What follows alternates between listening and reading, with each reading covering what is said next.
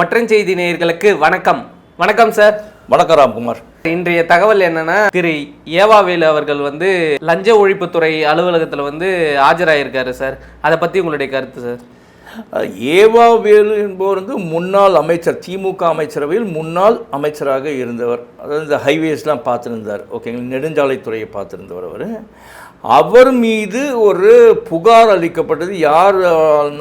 நம்ம அறப்போர் இயக்கம் இருக்கு இல்லைங்க, அந்த அறப்போர் இயக்கம் அவங்க ஒரு புகாரை ஒன்று கொடுத்துருந்தாங்க லஞ்ச ஒழிப்புத்துறையில், விஜிலன்ஸ் அண்ட் ஆன்டி கரப்ஷனில். என்ன அப்படின்னு சொல்லி கொடுத்துருக்காங்க அப்படின்னா, கரூரில் ஒரு சாலை போடப்படாமல் அதற்கு 3.23 ஆமாம் 3.23 lakh crores பில் பாஸ் பண்ணியிருக்காங்க. ஆனால் இடத்துல ரோடே போடலை அப்படின்றது தான் ஒரு புகார். அதுக்கான விசாரணையை தான் லஞ்ச ஒழிப்புத்துறை இந்த ஆட்சி மாற்றத்துக்கு அப்புறமா விசாரிக்க ஆரம்பிச்சது. இவங்க என்ன சொன்னாங்கன்னா, இவங்க முன்பே கொடுத்துருக்காங்க, சென்றிருக்காங்க, ஆட்சி இருக்கும்போது கொடுத்தப்போ சரியான அதை எடுக்கலை. அப்போ அந்த புகாரை சரியாக விசாரிக்க முடியாது. பட் இந்த புது அமைச்சரவை, அதாவது தாவேக்காவுடைய திரு சி ஜோசப் விஜய் முதல்வரானதுக்கு அப்புறமா இந்த புகாரை நோண்டிருக்காங்க. நோண்டினதுக்கப்புறமா இப்போ தான் அதை விசாரிக்கும் போது கூப்பிட்டுருக்காங்க அவரை.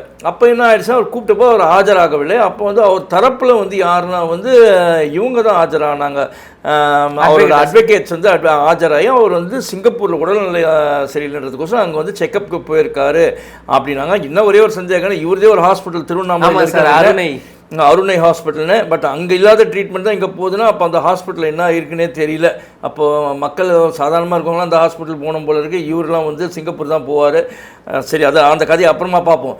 இதனால் சிங்கப்பூரில் அவர் ட்ரீட்மெண்ட் எடுத்திருக்காரு. நாங்கள் இந்த இதில் இவர் ஆஜராகலை அப்படின்னொன்று லஞ்ச ஒழிப்புத்துறை இவர் மேலே ஒரு லுக் அவுட் நோட்டீஸை கொடுத்தாங்க. லுக் அவுட் நோட்டீஸ்னால் அது ஃபுல்லாக எல்லா ஊருக்குமே போய்டும், த்ரூ அவுட் த வேர்ல்டு போய்டும், எங்கே இருந்தாலும் ஆஜரப்படுத்தணும் அவர் அப்படின்ற மாதிரி ஆகிடும்.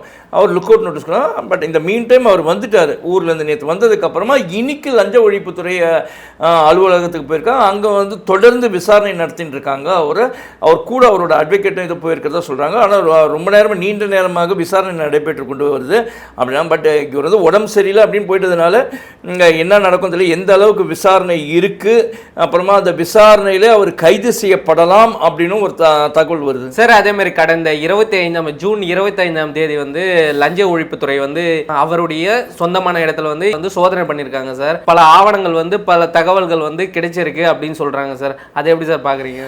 ஒவ்வொரு ஆட்சியிலே இருக்கும்போது எதிர்கட்சியினரை அரெஸ்ட் பண்ணும்போது, திமுக ஆட்சியில் இருக்கும்போது சொல்ல, அதிமுக ஆட்சியில் இருக்கும்போது சொல்ல, யாருன்னா ஒருத்தர் வீட்டில் போயிட்டு ஒன்றே எடுக்கலாம் கூட நாங்கள் பல ஆவணங்களை எடுத்தோம் அப்படின்வாங்க.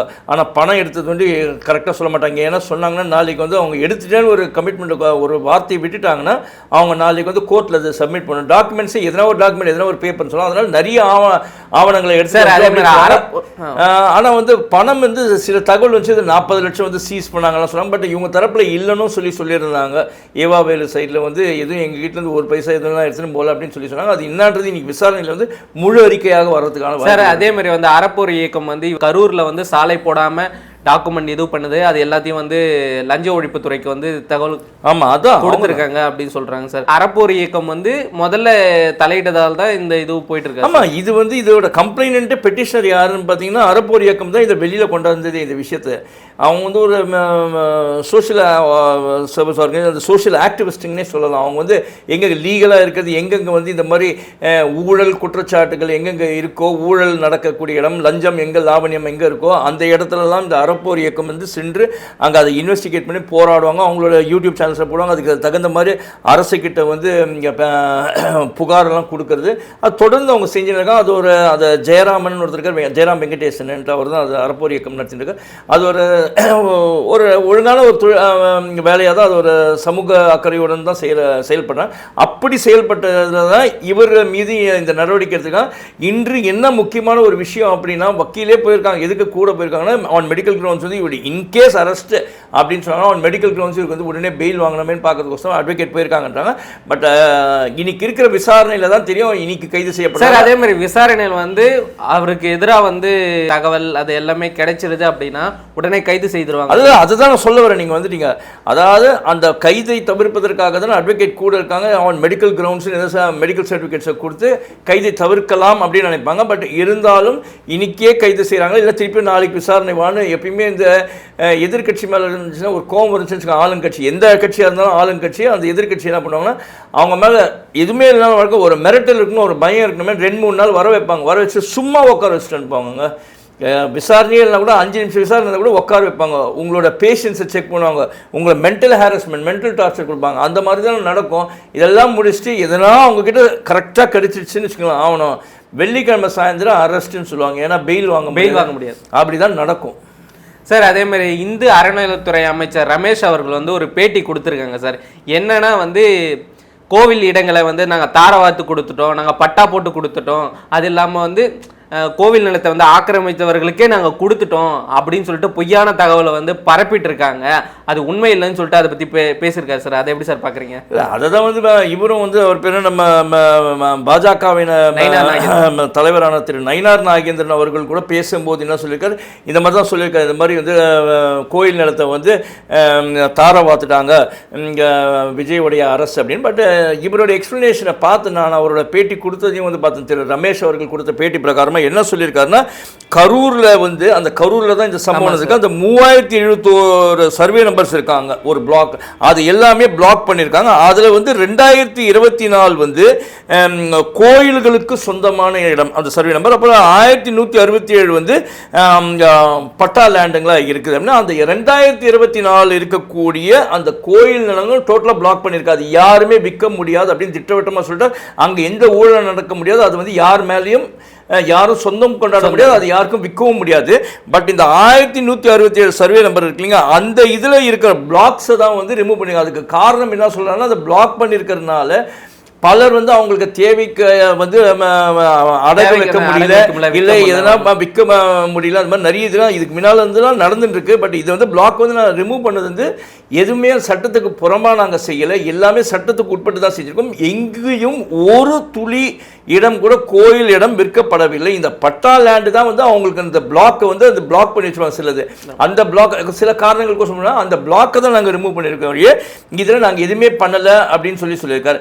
அதே சமயத்தில் வந்து அவர் கூட இருக்கும்போது வந்து தமிழ் சொல் அந்த மினிஸ்டர் ரெஜிஸ்ட்ரேஷன் டிபார்ட்மெண்ட் அந்த மினிஸ்டர் பேசியிருக்காரு. அப்போ அவர் சொல்லும்போது ஒரு பத்திரிகையாளர் கேட்குறாங்க, அப்போ வந்து அந்த பழனியில் இருக்கிற கோயில் இடம் வந்து விற்றுருக்காங்களே அது வந்து தப்பில்லையா? ஆமாம், அது வந்து கோர்ட் ஆர்டரை வந்து அவங்க தெரியாமல் சரியாக படிக்காமல் அந்த சப் ரெஜிஸ்ட்ரார் வந்து அது கிரைமுக்கு பண்ணியிருக்காரு, அந்த அக்ரிமெண்ட்டுக்கு சைன் பண்ணியிருக்காரு. பட் அவர் மேலே நடவடிக்கை எடுத்து அவரை சஸ்பெண்ட் பண்ணியிருக்கோம். அவரை விசாரிக்கும் போது அவர் என்ன சொல்லிட்டாரு, நான் இந்த கோர்ட் ஆர்டர் சரியாக கவனிக்கல, நான் அந்த எல்லாமே ப்ரொசீஜர் பண்ணேன், ஆனால் இந்த கோர்ட் ஆர்டரில் இப்படி எழுதியிருக்கிறது நான் கவனிக்கல அப்படின்னு சொல்லியிருக்காரு. அது கவன குறைவு காரணமாக இல்லை தெரிஞ்சே லஞ்சம் கிஞ்சம் வாங்கிட்டு அந்த மாதிரி விட்டாங்கன்றது விசாரணையில் தான் தெரியும். நம்ம இதுவுமே அதில் சொல்ல முடியாது. ஏன்னா கோர்ட்டுக்குன்னு இப்போ போனதுக்கப்புறம் இப்போ வந்து அது விசாரணைக்குன்னு போயிடுச்சு, சஸ்பெண்ட் பண்ணிட்டாங்க. இப்போ கோர்ட்டுக்கு போயிடுச்சுன்னு வச்சுக்கோங்களேன், அவங்க தான் அதுக்கு தீர்ப்பை கொடுக்க முடியும். ஆனால் ரமேஷை பொறுத்த வரைக்கும் அந்த கரூர் இடத்தை பற்றி வரைக்கும் சொல்லும்போது அவர் மீது எனக்கு ஒரு நம்பிக்கை இருக்காது. நான் தாவேகா அரசு மீது பல விஷயங்கள் வந்து எனக்கு உடன்பாடு இல்லாமல் இருக்கும். பட் ரமேஷ் வந்து அவர் சொன்ன விஷயத்தில் பிரகாரமாக பார்த்தா அவருடைய நேர்மை அங்கே தெரியுது. எங்கேயுமே கோயிலிடம் விற்கப்படவில்லை என்று ஆதாரபூர்வமாக அடித்து சொல்கிறாரு. அப்படி எதனாக இருந்தால் நீங்கள் ப்ரூவ் பண்ணுங்கன்றாரு. அப்படி இருக்கும்போது நம்ம சும்மா வந்து பொதும் இவர் மேலே ஏதோ பிடிக்கல இந்த தாவேகா அரசுன்றதுனால நான் வந்து அவர் மேலே குறை சொல்ல முடியாது. நம்ம சார் அதே மாதிரி இனாம் ஒழிப்பு சட்டம் இருக்கிறது, அது உங்களுக்கு தெரியுமா தெரியாதா அப்படின்னு சொல்லிட்டு கேட்டிருக்காருல்ல சார், அதை எப்படி சார் நீங்கள் பார்க்குறீங்க? அதாவது ஒருத்தர் மேலே குற்றச்சாட்டு வைக்கிறோன்னு வச்சுக்கோங்களேன், அந்த குற்றச்சாட்டு வைக்கிறோன்னா நம்ம ஃபுல்லாக அதை ஸ்டடி பண்ணியிருக்காங்க, என்ன தவறு நடந்திருக்குன்னு தெரிஞ்சிருக்கோம். அதை தான் அவர் சொல்கிறாரு. இனாம் ஒழிப்பு சட்டம்னு ஒன்று இருக்குது, அது உங்களுக்கு தெரியுமா தெரியாதான்றது நயினார் நாகேந்திரனே ஒரு கேள்வி கேட்கறதுக்கான காரணம் என்னன்னா வந்து நீங்கள் வந்து இது தெரியாமல் நீங்கள் எதனா பண்ணுறீங்களா அப்படின்ற மாதிரி தான் கேட்குறேன். அவர் கேட்ட கேள்வி சரியான கேள்வியாக தான் நான் பார்க்குறேன். ஏன்னா அந்த இனாம் ஒழிப்பு சட்டம் தெரிஞ்சிருந்தால் நயினார் நாகேந்திரன் பேசியிருக்க மாட்டார். ஆனால் அது அதே சமயத்தில் இன்னொன்று யாருமே அவர் மீது குற்றச்சாட்டு வைக்கிறவங்க என்னன்னா, அந்த 2024 கோயில் நிலங்கள் இருக்குல்ல, அந்த சர்வே நம்பர்ஸ் இருக்குல்ல, அந்த இது வந்து எங்கேயாவது விற்பனை ஆயிருக்கான்னு பார்க்கணும். விற்பனை ஆகலன்னு இவர் அடிச்சு சொல்றாரு. அப்படி இருக்கும்போது இவர் பக்கம் நேர்மையா இருக்காருன்னு தான் அர்த்தமா தோணுது சார். அதே மாதிரி இனாம் ஒழிப்பு சட்டம்னா என்ன சார்? இனாம் ஒழிப்பு சட்டம் சொல்றாருல்ல சார், அது தெரியாம தான் எல்லாரும் இங்க பேசிட்டு இருக்காங்கன்னு சொல்றாங்க. அது எப்படி சார்? அதாவது கோயிலுக்குன்னு சிலர் வந்து இடங்களை கொடுத்துருவாங்கங்க. ஆமாம் சார். நிறைய பேர் இப்போ உதாரணத்துக்கு சொல்லணும்னா பழைய நடிகை காஞ்சனா இருக்காங்க இல்லைங்க, அவங்க வந்து சென்னையிலேயே வந்து ஒரு இடம் வந்து பெரிய இடத்த வந்து அவங்க வந்து திருப்பதி தேவஸ்தானம் கோயிலுக்கு கொடுத்தாங்க. அதில் தான் வந்து இப்போ டி நகரில் இருக்கிறது ஒரு கோயில் ஒன்று, அங்கே ஒரு பத்மாவதி கோயில் இது ஒன்று கட்டியிருக்காங்க. அங்கே தான் ரொம்ப நாளாக இருக்கிறது, வழிபாடு பண்ணியிருக்காங்க. அந்த அம்மா இப்போயும் ஆட்டோவில் கிட்டலாம் வரும், அவங்க சொத்தையே வந்து அங்கே கொடுத்தாங்க. அந்த மாதிரி சிலர் வந்து ஒரு வேண்டுதல் குழந்தை குட்டி இல்லையா, சரி அதை வந்து கோயிலுக்கு கொடுக்கலாம், சிலர் வந்து ஸ்கூல்ஸ்க்கு கொடுப்பாங்க. இந்த மாதிரி அப்படி கோயில் கொடுத்த நிலத்தை வந்து அவங்களால பராமரிக்க முடியல. யாருன்னா ஒருத்தர் வந்து விவசாயிகளுக்கு கொடுப்பாங்க, விவசாயிகளுக்கு குத்தகைக்கு கொடுத்து அதை பண்ணுவாங்க. அந்த குத்தகைக்கு அனுபவித்தவர்கள், அதாவது 1962 to 67 நினைக்கிறேன் அந்த பீரியட், எனக்கு சரியா தெரியல, வெரிஃபை பண்ண நீங்கள் டக்குன்னு கேள்வி கேட்டதுன்னு சொல்ல. அந்த சமயத்தில் வந்து ஒரு ஆக்ட் வந்துச்சு, அதாவது கோயில் இடங்கள் இந்த மாதிரி பராமரித்து விவசாயம் பண்ணிட்டு வந்தாங்களே அவங்களுக்கு அந்த இனாம் இடமா வந்தது வந்து அவங்களுக்கு வந்து கொடுக்கலாம், அவங்களுக்கு பட்டா பண்ணி கொடுக்கலாம்னு ஒரு பீரியடில் ஒன்று இருந்துச்சு. அது பிரகாரம் அந்த காலத்தில் பட்டா பண்ணாங்க. ஆனால் அதில் வந்து பட்டா பண்ணி கொடுத்தா சில ரெஸ்ட்ரிக்ஷன் பிளாக்ஸ் வச்சுருந்துருப்பாங்க. பட்டா பண்ணி கொடுத்ததுக்கப்புறம் அந்த பிளாக்ஸ் தான் இப்போ இந்த இனாம் நிலம் இருக்கு, அது வந்து சரி ரைட் ஓகே நீங்கள் வந்து உங்களுக்கு பட்டா பண்ணி கொடுத்துட்டா நீங்கள் வந்து இது நீங்கள் அனுபவிச்சுக்கோங்க, அனுபவ பட்டாவாட்டம் இருக்கணும். பட் அதை வச்சு அவங்களால வந்து எதுவுமே அவ்வளோ உழைச்சியும் வந்து அவங்களுக்கு வந்து அந்த இதில் இருந்து எதுவும் விற்பனை பண்ண முடியாமல் இருக்கும், இல்லைன்னா வந்து அவங்களால வாங்க முடியாது, அந்த மாதிரிலாம் இருக்கும். அந்த இதுக்காக தான் அந்த பிளாக்கை ரிமூவ் பண்ணி கொடுத்துருக்கதான் சொல்லுவாங்க. இதுதான் வந்து அந்த இனாம் ஒழிப்பு சட்டம். நன்றி சார். நன்றி ராம்குமார். நன்றி நேயர்களே.